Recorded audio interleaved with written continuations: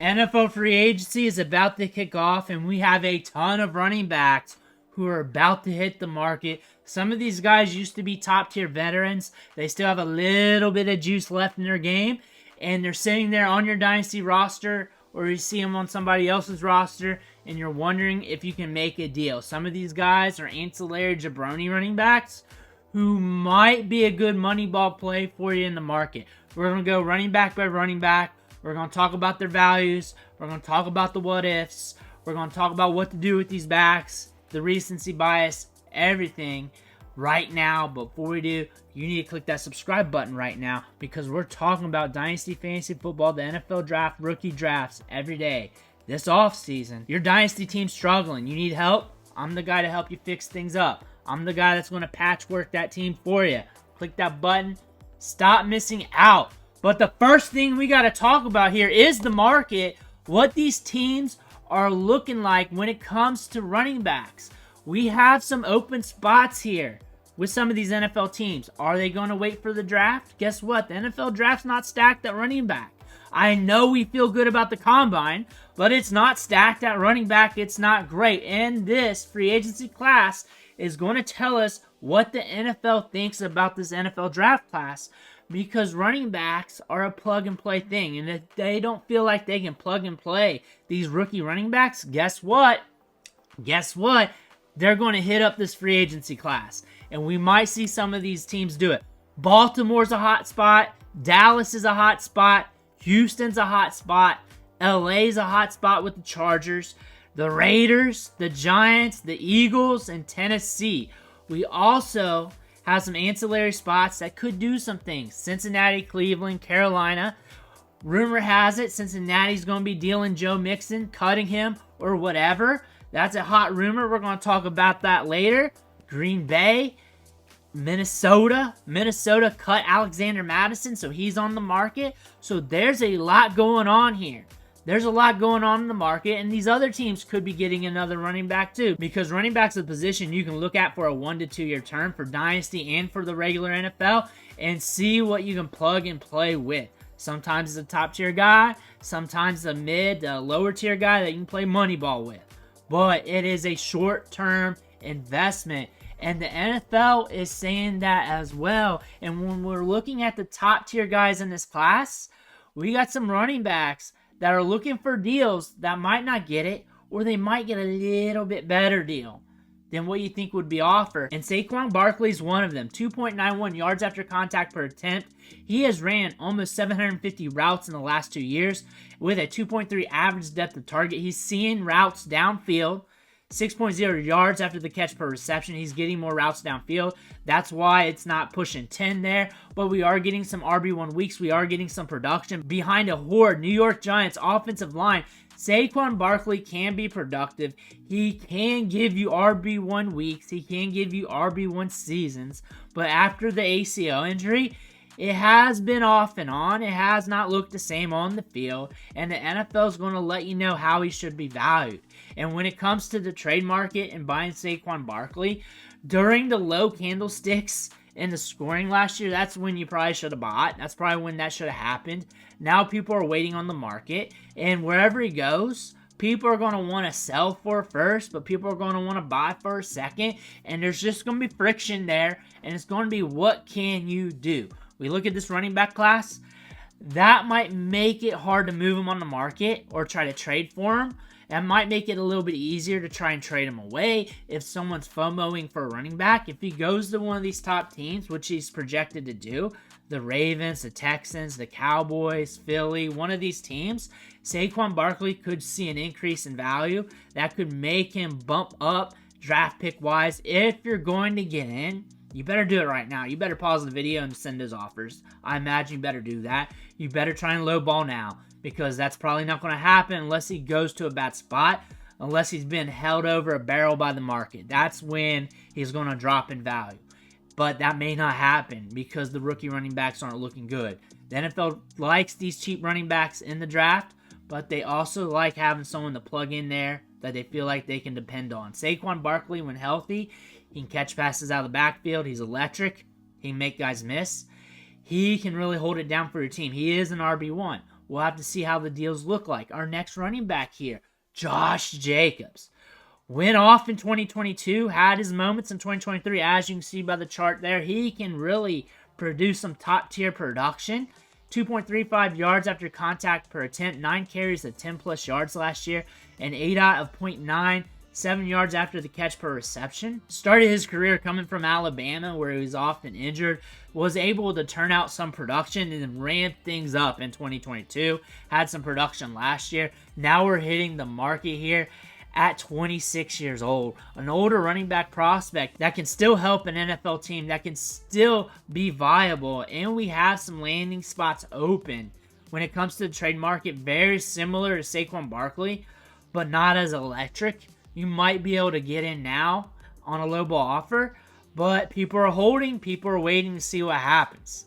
That being said, if you want to get in at a cheap cost, put that offer in now, see what comes back at you. But more than likely, nothing's getting done. And then if he goes to a good spot, you're seeing first-round pick range, maybe a little bit more, a little bit less, going on the market. You may not want to pay that. Next is Derrick Henry. Out of all the free agent running backs, I'm the most interested in him. Size-adjusted athleticism. Started his career off slow due to sharing the backfield, and then ramp things up. Look at the production last year when it comes to RB1 weeks. We had 1, 2, 3, 4, 5, 6, 7, 8, 9 of them. Top tier running back. Maybe in a different situation, we could see him catch more passes. He's very electric in space. 10.1 yards after the catch per reception. 16 carries of 15 plus yards. When he sees the hole, he gets through it. And he's tough to bring down. And he has that top end speed. He's a generational running back prospect. You do not see running backs like this built at 6'3", 247 pounds, who can truck, who can move at this age. There are not many running backs can do this. We're also looking at running backs the 1 to 2 year windows. If you're looking to buy a running back for 2023, I think he's going to be in a great situation. I feel like he's going to be a winner in free agency, and I think his price tag is going to increase. The time to buy was weeks ago, like with all these guys, but it's really going to go up. I have a good feeling he's going to land in a tremendous spot in free agency. Derrick Henry is looking good, looked good last year. Injuries is starting to creep up a little bit, but again, older running back prospect. And I only care about these running backs for a year or two. I don't care about them for 3, 4, 5 years, not even the rookies. That being said, I look for him to go to a good spot and get the workload. Joe Mixon, there's rumors he's going to get cut. We heard that from Matthew Berry. So if that doesn't happen, then look at Matthew Berry and look at his analysis. But we have to throw him in here because he could potentially be on the market. This could add to the depth of the pool. And the Bengals are dealing with T. Higgins right now. T. Higgins is wanting a trade. They're going to have to make some moves. Looks like they're trying to cut some fat. Looks like they're trying to do something there. But Joe Mixon, 27 years old, 2.51 yards after contact per attempt. 27 carries of 10 plus yards. We were productive last year. Back half of the season was when he ramped up. 1, 2, 3, 4, 5, 6, 7 RB1 weeks for fantasy football. Where would he go? Does the Bengals cut him? If he's not getting cut right now, or if that manager doesn't realize that's in the news, maybe you can swoop in on the cheap. Maybe you can get him. Maybe not. But a running back to look at nonetheless, because if he's going on the market, someone's going to be looking at him to pick up at a reasonable cost or to pay up a little bit to shore up that backfield. Tony Pollard bit us in the face last year. He sure did. People were looking at Tony Pollard as being a top 5 running back in the NFL. That didn't happen. When you look back and look at the production, it was okay. He had these moments where he had that big cold streak in the middle of the season. Then we had that get-right game against Carolina. We thought he was back, but we had a nice run there in the schedule. Carolina, Washington, Seattle, which is the run funnel defense because they're tough against the pass. And then things got tight against Buffalo, Miami, and Detroit. And then Washington again at the end of the season. I look for him to sign a team-friendly deal, and I know that's a rumor right now, with the Cowboys at a good cost.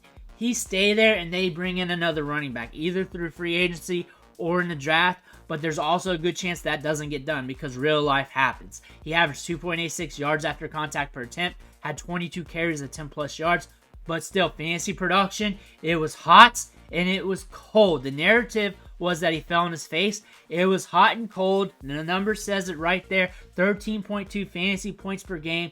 But the return on investment definitely wasn't there because a lot of people paid up in redraft. A lot of people paid up in Dynasty. And it looks like the Tony Pollard show isn't going to last too much longer. But for a 1-year window, you have to wait and see what happens in the market.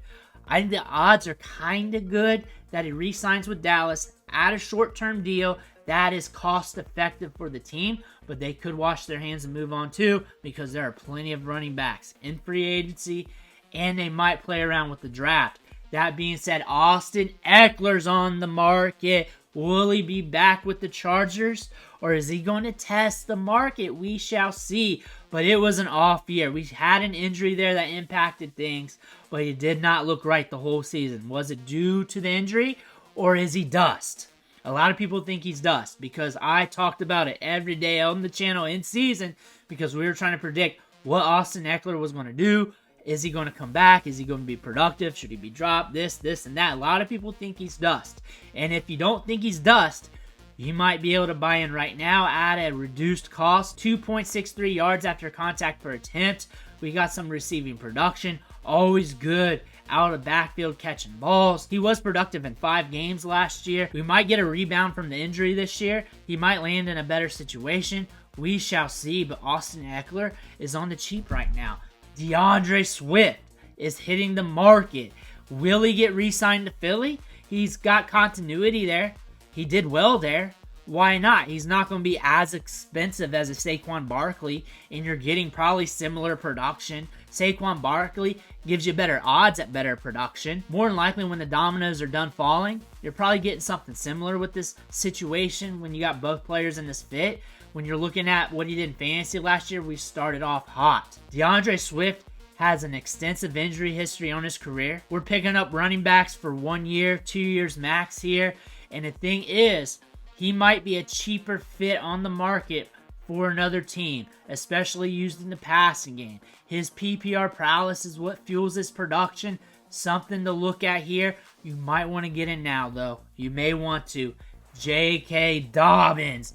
We saw him working out in that video. The Achilles might make him done, or he might have the bounce back, but it's been a long time. It's been a very long time since he's been productive. The magic might be zapped, and that just happens with players. That just happens with life. But if he's not zapped, the NFL is going to say that pretty soon on free agency. If he's sitting there in midsummer, walk away. If you want to get him on the cheap, it better be free. It better be free. But if he gets picked up quick, then get in. If he doesn't, you better stay away. Devin Singletary had a run last year. Looked good with the Texans. I look for him to sign with the Texans. He's not an expensive running back. He's good in the passing game. He gels well with this team. I look for him to have some production with this team, but I also look for them to bring in another running back. Dameon Pierce is not getting it done. Dameon Pierce isn't a top-tier talent. Dameon Pierce is ho-hum. Devin Singletary is good at pass protection. He's good between the tackles. He's a good lunch pail running back, even though he's on the smaller side at 203 pounds. He's good at getting you at what you want, especially for the coaches. Coaches love what this guy can do because he's good at all phases. He can catch a little bit. He can get you a little bit between the tackles. He can get you a little bit outside. He can pass block. He's dependable. That's what I'm trying to say. 2.88 yards after contact. Had some splash games last year. Was a good pickup off the waiver wire and redraft.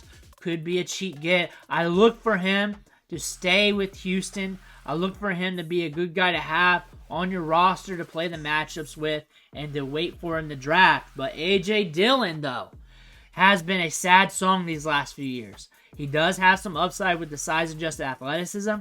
People don't like him. People don't like him, which means he's cheap. And if you can pick him up on the cheap and he lands in a good situation, you might catch something. But the odds are saying that, hey, A.J. Dillon is this. What we're seeing on the chart down there, not very productive. A guy that can maybe get you an RB1 game here and there in the season. A guy who's more than likely going to struggle with RB2 production. That's more than likely him. That's A.J. Dillon. That's probably the long-term perspective.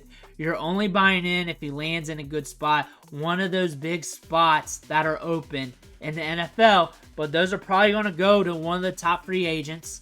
And is also going to be a money ball play throughout the draft. A.J. Dillon is a guy to pick up on the cheap as a speculation, but not a guy to pick up as for confirmation. But Zach Moss is a guy to watch because he's dependable. Coaches love dependability. Look to see where he goes. Could be a sneaky ad. Could be a sneaky pickup. Is he sitting there on waivers? How deep's your league? Is he not? Is it a cheap trade to get? Watch to see where he goes because he was productive. The fact that he's dependable between the tackles, pass protection, and all that stuff, coaches love that stuff. We don't like that in fantasy. We want the flashy guys. But he's a gritty running back that might land in a spot where he sees some opportunity. Alexander Madison, another gritty running back who does not give you top-end production, but can flirt with it on small samples, is going to be hitting the market. He's getting cut by Minnesota. Look to see where he goes.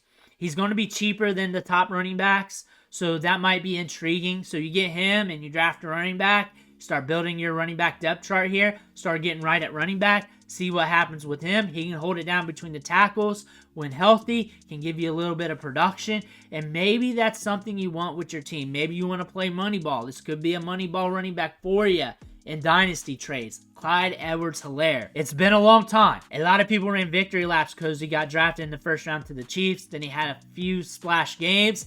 Went downhill since then.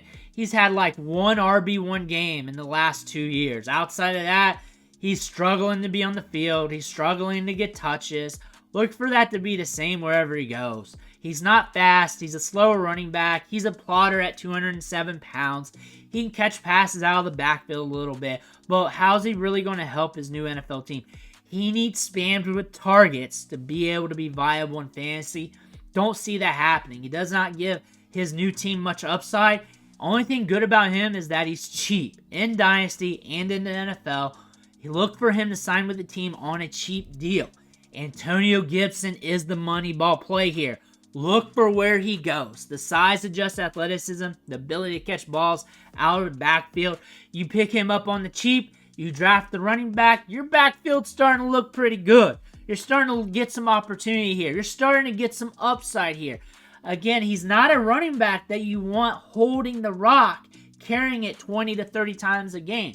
But we don't have running backs like that anymore anyways. He can give you splash production, can catch balls out of the backfield. So if he goes to a team that likes to check it down a lot, Antonio Gibson could be your guy. Antonio Gibson's cheap in Dynasty. He's an afterthought. Everybody's concentrating on the draft. He could be a sneaky play in free agency. He could be a sneaky play. Gus Edwards, super dependable. More than likely, he's signing back with the Ravens.